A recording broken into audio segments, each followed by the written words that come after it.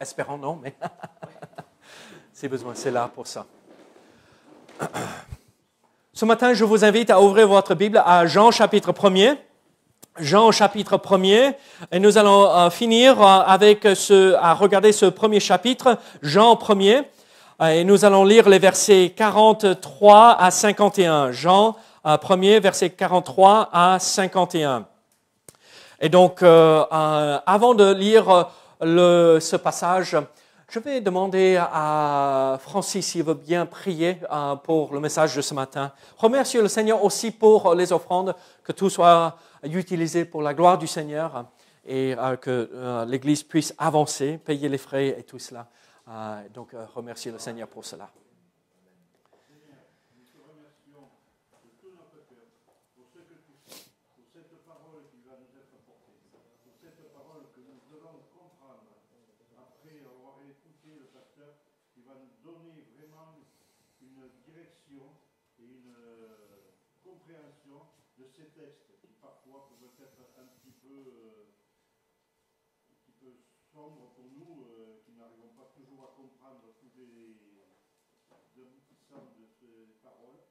Seigneur, nous voulons croire que tu vas nous éclairer, que tu vas nous donner par l'Esprit, le Seigneur, de pouvoir comprendre et assimiler et avoir dans notre cœur ces paroles, Seigneur.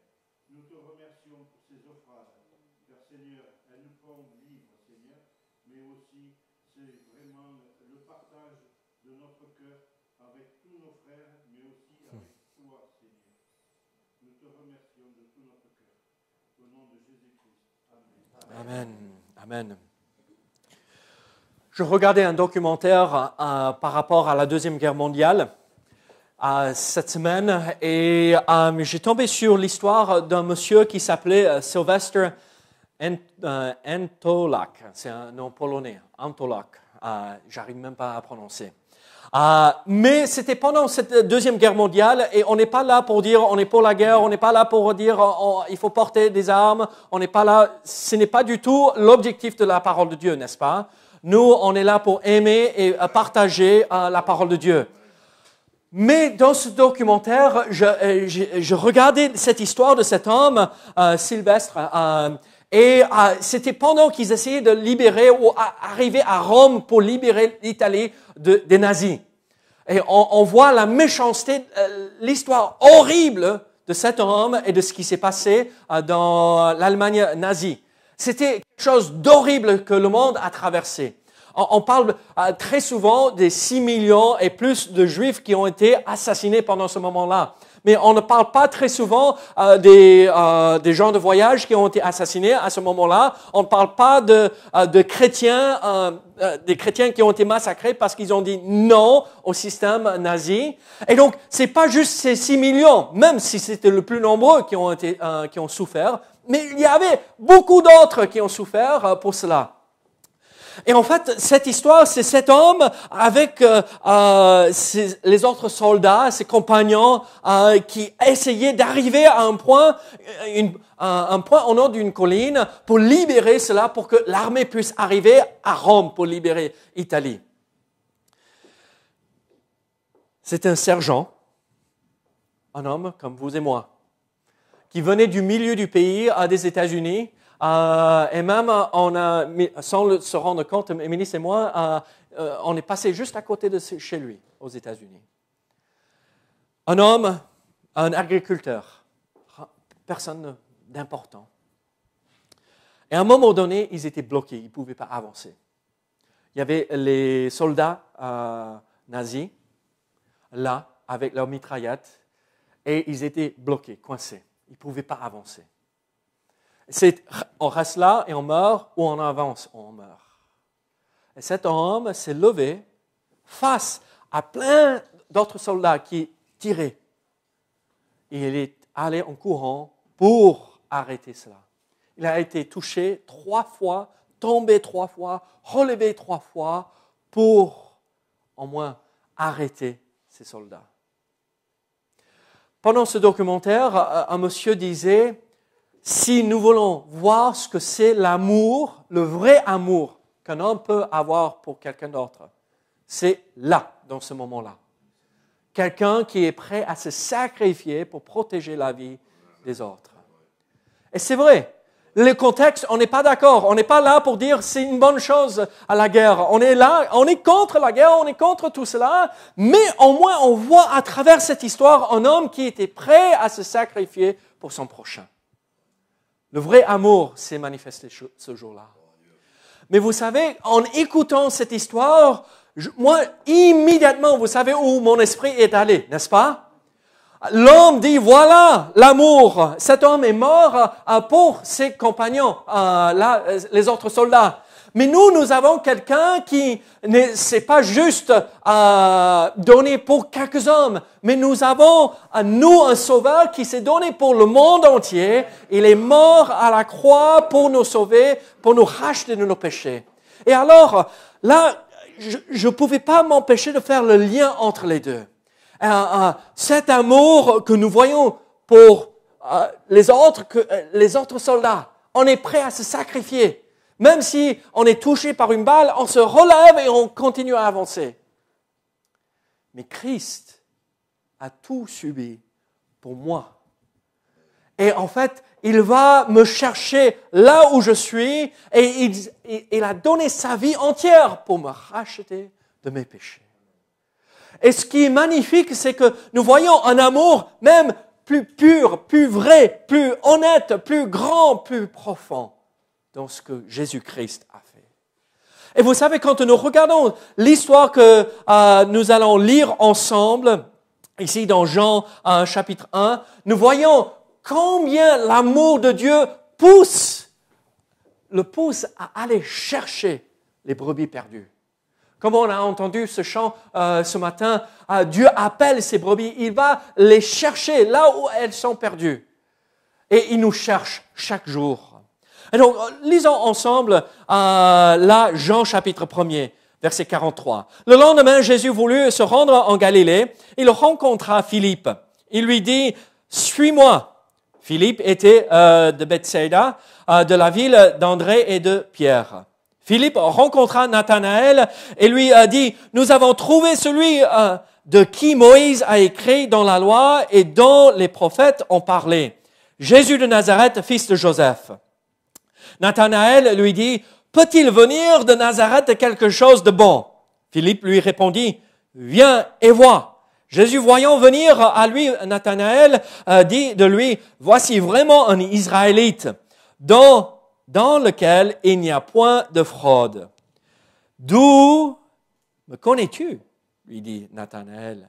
Jésus lui répondit, « Avant que Philippe t'appelât, quand tu étais sous le figuier, je t'ai vu. » Nathanaël répondit et lui dit, « Rabbi, tu es le Fils de Dieu, tu es le roi d'Israël. » Jésus lui répondit, « Parce que je t'ai dit que je t'ai vu sous le figuier, tu crois, tu verras de plus grandes choses que celles-ci. » Et il lui dit, « En vérité, vous verrez désormais le ciel ouvert et les anges de Dieu monter et descendre sur le Fils de l'homme. » Ici, nous voyons cette bénédiction de cette histoire, comment Dieu a cherché Philippe, et Philippe a cherché Nathanaël, et on voit ce cercle, quand Dieu trouve une personne, cette personne va aller chercher quelqu'un d'autre, et Dieu trouve cette autre personne, et on continue ce processus où on cherche. C'est un peu comme ce jeu de dominos, pas comme les dominos, le jeu, mais quand on les empile verticalement, et on pousse un domino, poum, et le prochain, et le prochain, et le prochain, et après ça fait quelque chose de magnifique. Et sommes-nous ces dominos que Dieu peut utiliser pour aller chercher la prochaine personne, à aller chercher ces brebis perdues? Et là, pour nous, ce matin, nous voyons que la confrontation avec Nathanaël, avec Philippe et tout cela, c'était quelque chose de dramatique dans la vie, particulièrement de Nathanaël. C'était un homme avec des idées un peu tordues. Mais rien de bon peut venir de Nazareth. Nazareth, cette ville paumée comme Saint-Gaudens, rien de bon peut venir de Saint-Gaudens, n'est-ce pas? Non, des bonnes choses, vous, nous. Regardez, il avait des préjugés, il avait des idées. Il était sans sans espoir aussi. Regardez, cette histoire que nous voyons, c'est la même histoire qui se répète maintes fois. Quand Dieu va chercher la brebis perdue. Mais pour nous, la grande question, c'est comment Dieu nous cherche afin de nous sauver. Comment fait-il pour nous sauver?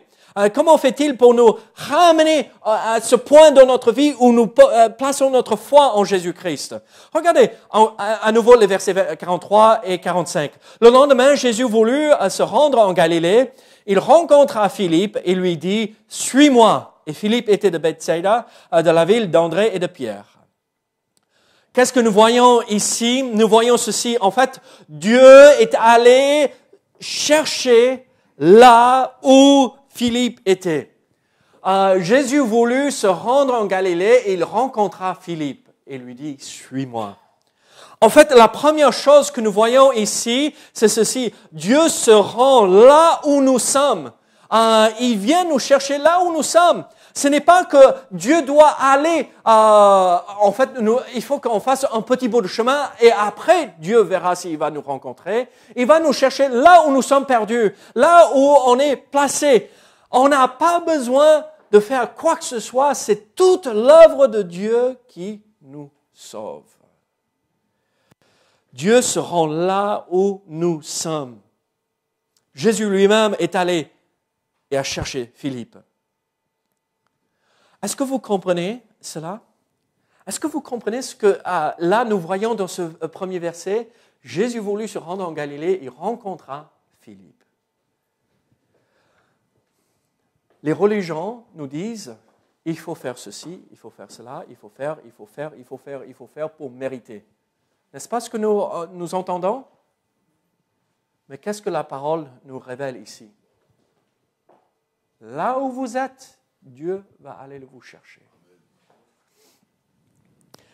On a des amis, ils viennent d'avoir 2 chats. Ils ont pris 2 chats. C'est des chatons. Et donc, les chatons, ça aime bien grimper et faire tout n'importe quoi, n'est-ce pas?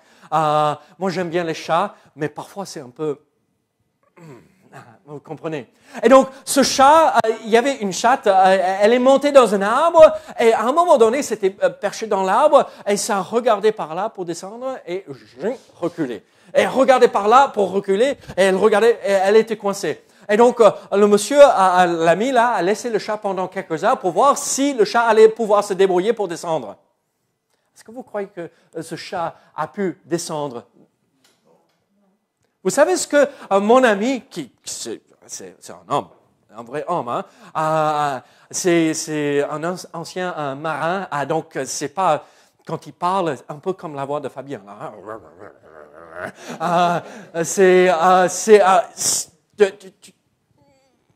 Est-ce que j'ose lui dire bonjour? Est-ce qu'il va me manger là? Mais il est super gentil, super doux comme tout. Hein. Cet homme si on poserait la question, est-ce qu'il va aller chercher un chat qui est coincé dans un arbre? On va dire non, il ne va pas perdre son temps. Vous savez ce que lui, il a fait?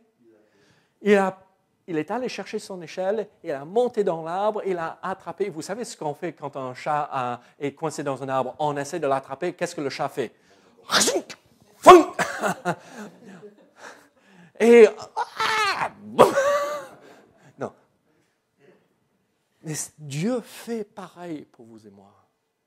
Il monte dans l'arbre pour nous chercher parce qu'on était perdus, on était coincés, on se retourne et on dit, si on va par là, on va mourir, si on va par là, on va mourir, si on va par là, on va mourir. Il n'y a pas d'espoir. Et Dieu vient nous chercher là où nous sommes. Viens à notre rencontre. Il se rend là où nous sommes.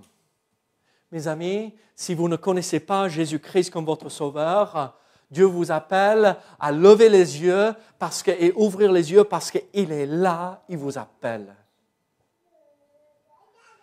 Mais nous voyons aussi ceci. Philippe ne cherchait pas Jésus. Tout a été lancé par Jésus-Christ lui-même. qu'est-ce que nous voyons par la suite? C'est pas juste ceci, mais nous voyons ceci. Dieu se rend là où nous sommes, oui, mais regardez, le lendemain, Jésus voulut se rendre en Galilée et il rencontra Philippe. Ce n'est pas juste que là, Dieu vient et il dit, je suis là, maintenant, viens me découvrir. Qu'est-ce qu'il dit? Dieu nous rencontre là où nous sommes. Il se rend là sur place et après, c'est lui qui veut démarrer cette relation. C'est lui qui va nous chercher. C'est lui qui va démarrer cette relation. C'est lui qui va nous convaincre du péché pour nous attirer vers le Sauveur. Jésus voulut se rendre en Galilée et il rencontra Philippe. Quand on lit Jean chapitre 1er, on ne se rend pas compte de ce qui se passe. Mais là, l'histoire de Jean chapitre 1er, on vient de voir que Jésus commence à appeler ses disciples, n'est-ce pas? Et on dit, et le lendemain, il se rend en Galilée. Et pour nous, on se dit, bon, il est allé à Valentine en bas. C'était un long voyage, un long trajet d'aller de point A à point B. Vous savez ce que ça me fait comprendre? En fait, Jésus a parcouru une longue distance pour trouver Philippe. Parfois, je regarde autour de moi, je me dis, oh là là, le monde s'est tellement éloigné de Dieu. Le monde et c'est horrible, mais vous tombez dans le même piège que moi, n'est-ce pas? Parfois, on regarde une personne et on dit, mais ce n'est pas possible avec celle-là. Mais en fait, là, Jésus est allé loin pour chercher Philippe.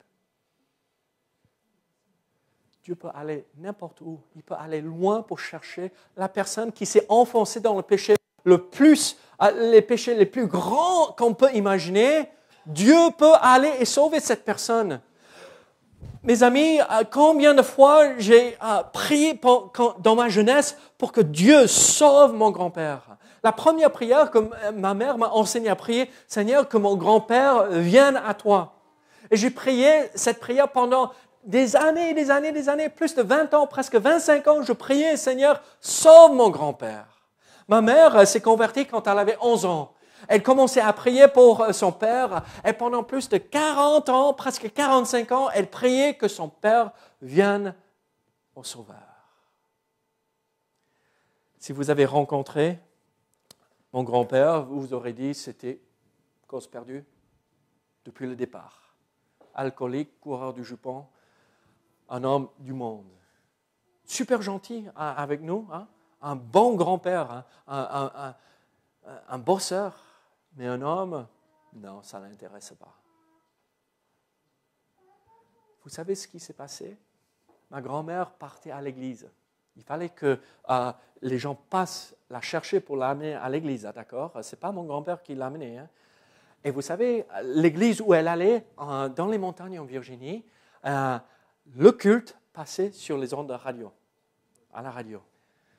Ma grand-mère partait au culte, mon grand-père ne disait rien du tout. Hein? Mais vous savez ce qu'il faisait? Il allumait la radio pour entendre le message. Et Dieu est allé chercher un homme que nous, normalement, naturellement, si on n'a pas les lunettes spirituelles pour voir correctement, on aurait dit, ce n'est pas possible. Mais Dieu est allé sauver un homme. Parce que Dieu peut chercher et sauver n'importe qui.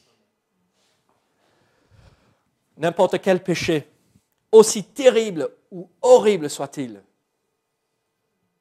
Dieu peut nous sauver de cela.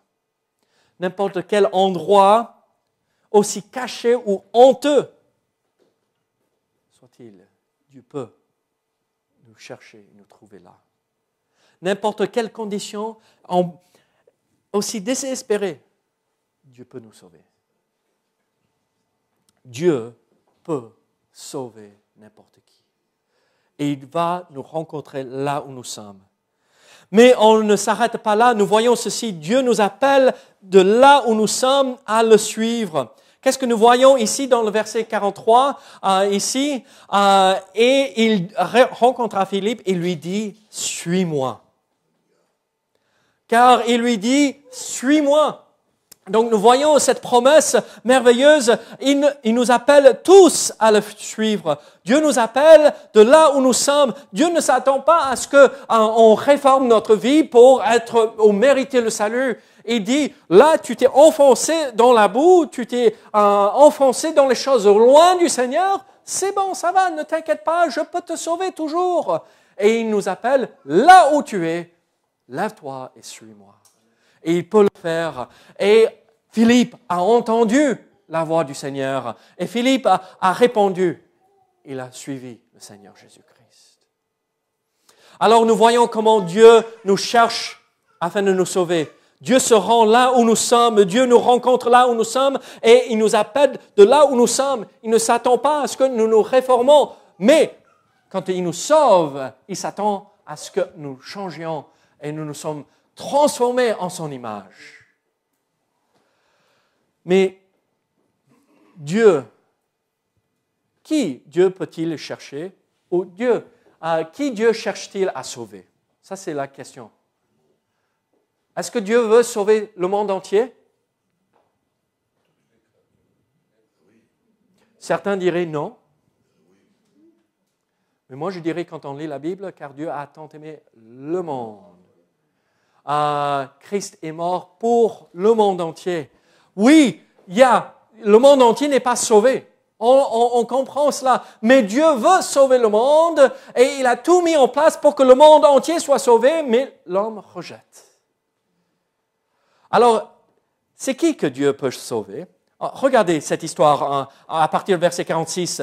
Nathanaël lui dit, « Peut-il venir de Nazareth quelque chose de bon? » Philippe lui répondit, « Viens et vois. » Jésus, voyant venir à lui Nathanaël, dit de lui, « Voici vraiment un Israélite, dans lequel il n'y a point de fraude. D'où me connais-tu? » lui dit Nathanaël. Jésus lui répondit, « Avant que Philippe t'appelât, quand tu étais sous le figuier, je t'ai vu. » Nathanaël répondit et lui a dit, « Rabbi, tu es le Fils de Dieu et tu es le roi d'Israël. »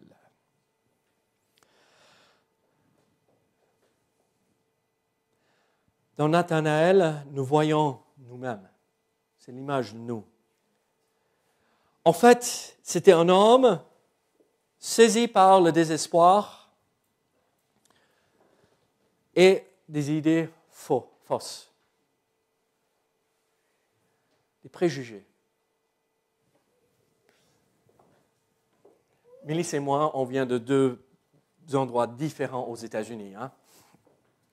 Dans le nord des États-Unis, d'où elle vient, ils pensent que tous les gens de là où moi je viens, on ne sait pas lire, on ne porte jamais de chaussures, on mange des écureuils et je ne sais pas quoi d'autre, on n'en parle pas des autres choses que l'on mange, d'accord? Ils nous trouvent bizarres parce qu'on a un accent un peu... C'est un peu comme vous voyez l'accent comme un joie? Il est beau, n'est-ce pas? Personne ne me répond là. L'accent comme un joie, il est beau, n'est-ce pas? Ok. Il est particulier, n'est-ce pas? L'accent comme un joie. Il est particulier. Et donc, c'est un peu comme un Parisien qui arrive à portée d'aspect. Il parle avec un homme âgé qui est là en train de boire le café à l'extérieur et il commence à parler le patois et le Parisien dit, mais je suis où? Est-ce que je vis toujours en France? Et c'est un peu ça avec ma famille, la belle famille et moi et ma famille. Comme Lisa avait rencontré ma mère, elle n'avait pas compris du tout parfois ce que ma mère disait. C'était quand même l'anglais, c'était quand même la même langue, dans le même pays, mais bon, d'accord. En fait, Nathanaël disait la même chose par rapport à ceux qui venaient de Nazareth. C'est un peu comme dire le futur président viendra de, disons à nouveau Valentine à côté, c'est un petit village, d'accord? Et les gens diraient, mais Valentine, mais qu'est-ce qu'il y a à Valentine? Il n'y a même pas une école sciences politiques. Ah là, mais c'est pas possible, non, mais rien ne vient de Valentine, sauf le bleu de Valentine. Vous connaissez le bleu de Valentine? Philippe est allé chercher Nathanaël. Nathanaël était sans espoir, perdu, avait besoin de rencontrer le Sauveur. Et Nathanaël entend Philippe dire, « Viens et vois celui que nous avons découvert. » C'est le Messie. Et la réponse de Nathanaël, il dit, « C'est pas possible. »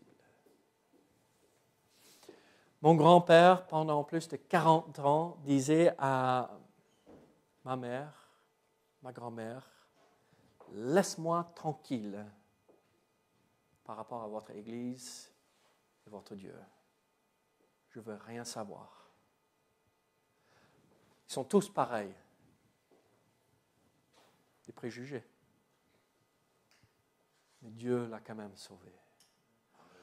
Regardez, ce que moi je suis en train de vous dire, la personne dans votre famille que vous croyez qu'il est impossible, qui a ces idées fausses par rapport à l'Église, qui a ces pensées un peu bizarres par rapport aux uns aux autres, même s'il me regarde, oui, il est bizarre, mais bon, c'est pas grave. Regardez, Dieu peut sauver cette personne. Sommes-nous prêts à persévérer pendant des années et des années et des années pour voir cette personne venir au Seigneur Jésus-Christ? Même s'il nous appelle à des choses bizarres, vous êtes des fous, vous êtes des gens qui vous avez besoin d'une béquille pour avancer dans la vie avec votre Dieu. Il faut continuer à partager, parce que nous voyons qu'à la fin, Nathanaël vient au Seigneur Jésus-Christ.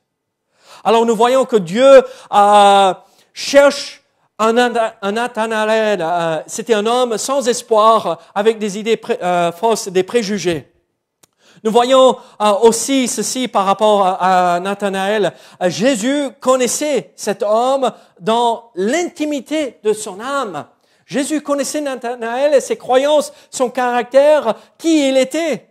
Regardez ce qu'il a dit en verset 47. Voici vraiment un Israélite dans lequel il n'y a point de fraude.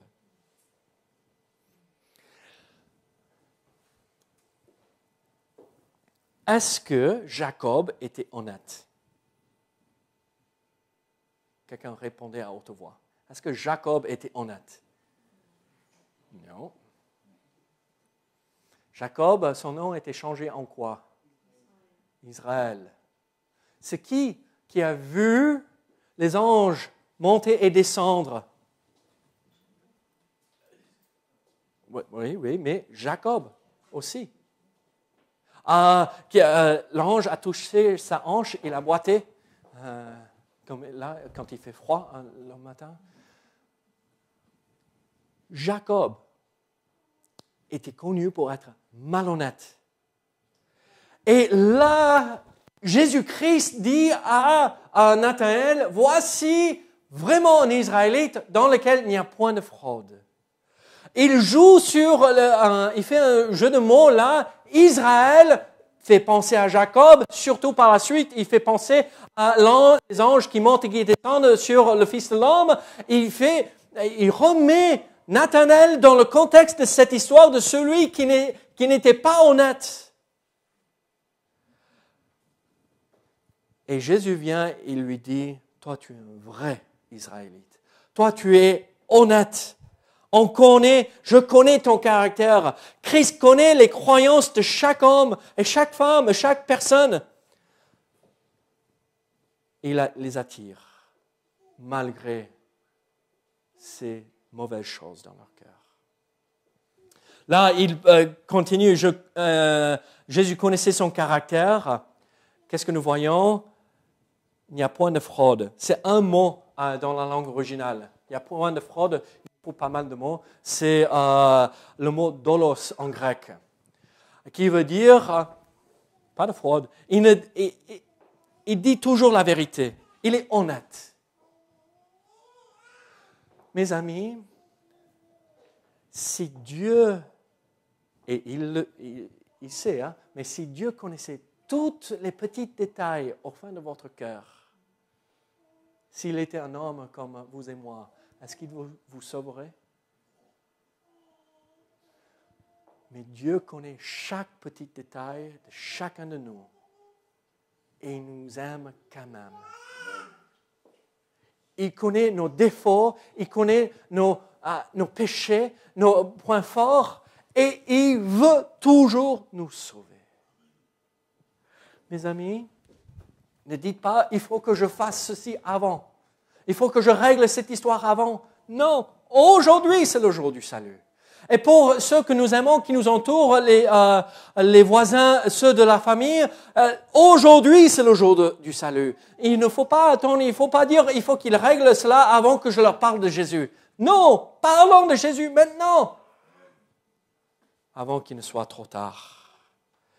Et donc nous voyons, il connaissait Nathanaël dans ses croyances, dans son caractère, mais nous voyons aussi ceci. Il connaissait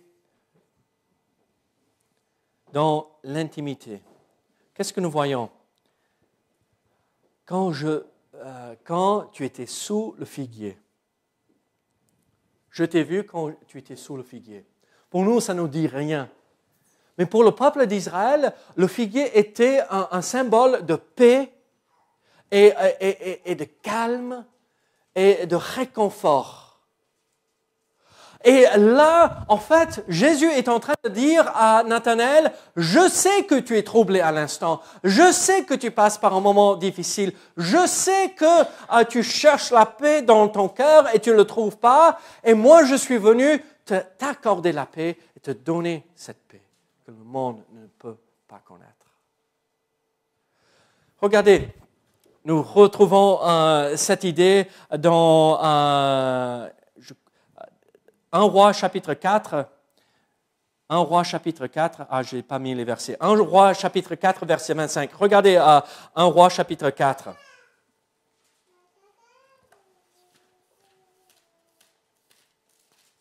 « 1 Roi 4, verset 25.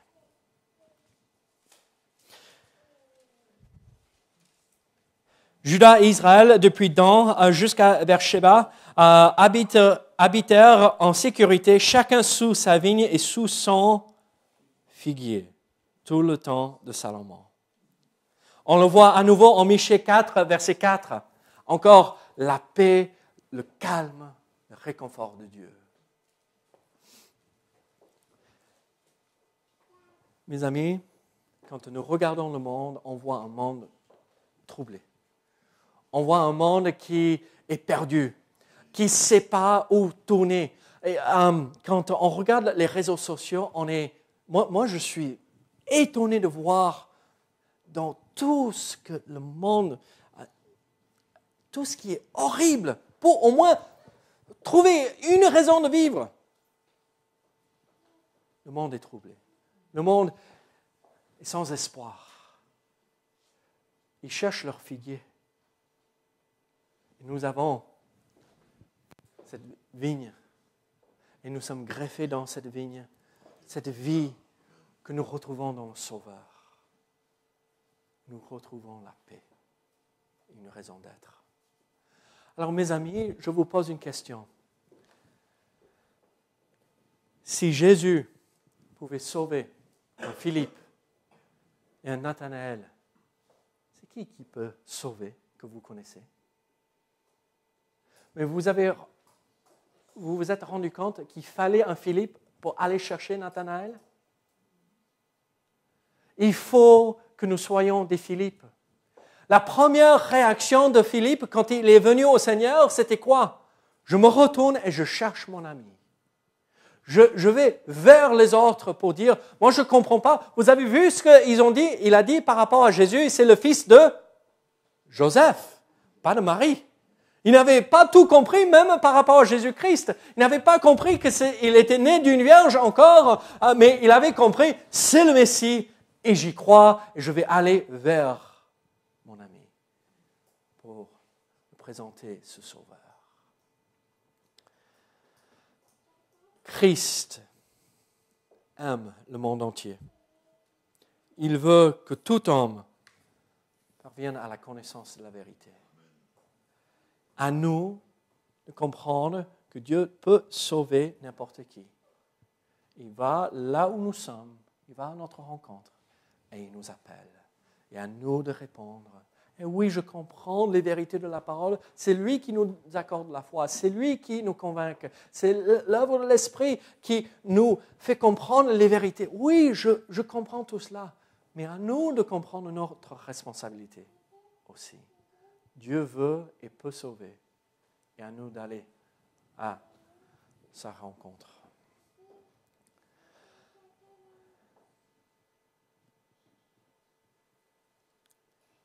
Est-ce que vous pouvez être un Philippe cette semaine?